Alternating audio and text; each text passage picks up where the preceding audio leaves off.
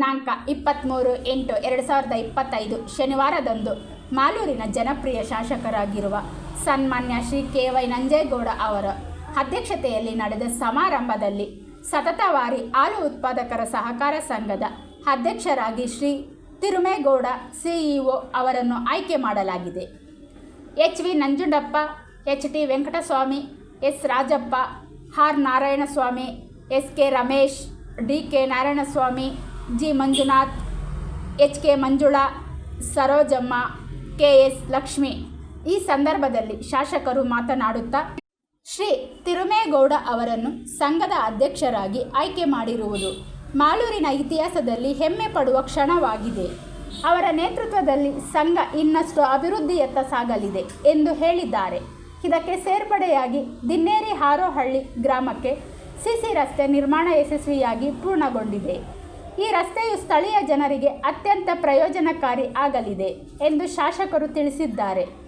ಈ ಯೋಜನೆಗಾಗಿ ಸಹಕಾರ ನೀಡಿದ ಕುಡೇನೂರು ರವರಿಗೆ ವಿಶೇಷ ಧನ್ಯವಾದಗಳೆಂದು ತಿಳಿಸಿದ್ದಾರೆ.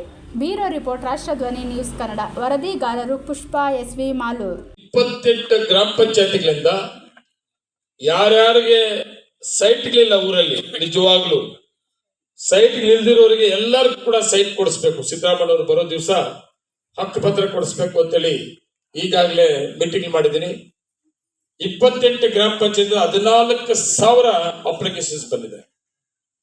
ಸೈಟ್ಗಳಿಲ್ಲ ಅಂತೇಳಿ 14,000 ಅಪ್ಲಿಕೇಶನ್ಸ್ ಬಂದಿದೆ.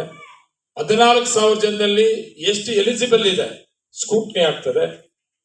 ಅದು ಸ್ಕೂಟ್ನಿ ಆದ್ಮೇಲೆ ಅಷ್ಟು ಜನಕ್ಕೂ ಕೂಡ 28 ಗ್ರಾಮ ಪಂಚಾಯತಿ ಯಾರ್ಯಾರಿಗೆ ಸೈಟ್ ಇಲ್ಲೋ ಅವತ್ತು ಹಕ್ಕುಪತ್ರ ಕೂಡ ಸಿದ್ದರಾಮಯ್ಯ ಬರೋ ದಿವಸ 2,500 ಕೋಟಿ ಗುದ್ಲು ಪೂಜೆ ಉದ್ಘಾಟನೆ ಜೊತೆಗೆ ಹಕ್ಕುಪತ್ರ ಕೊಡೋದು ಮಾಲೂರು ಟೌನ್ ಸುಮಾರು 1,000 ಜನಕ್ಕೆ, ಮತ್ತೆ ಗ್ರಾಮ ಪಂಚಾಯತಿಗೆ ವಾರು 28 ಗ್ರಾಮ ಪಂಚಾಯತಿಯಿಂದ ಸುಮಾರು 14,000 ಜನಕ್ಕೆ ಹಕ್ಕುಪತ್ರ ಕೂಡ ಕೊಡುವಂತ ಯೋಜನೆ ಕಾರ್ಯಕ್ರಮಗಳು ಸಿದ್ದರಾಮಯ್ಯ ಬರೋ ದಿವಸ ಉದ್ಘಾಟನೆ ಆಗ್ತಾ ಇದೆ.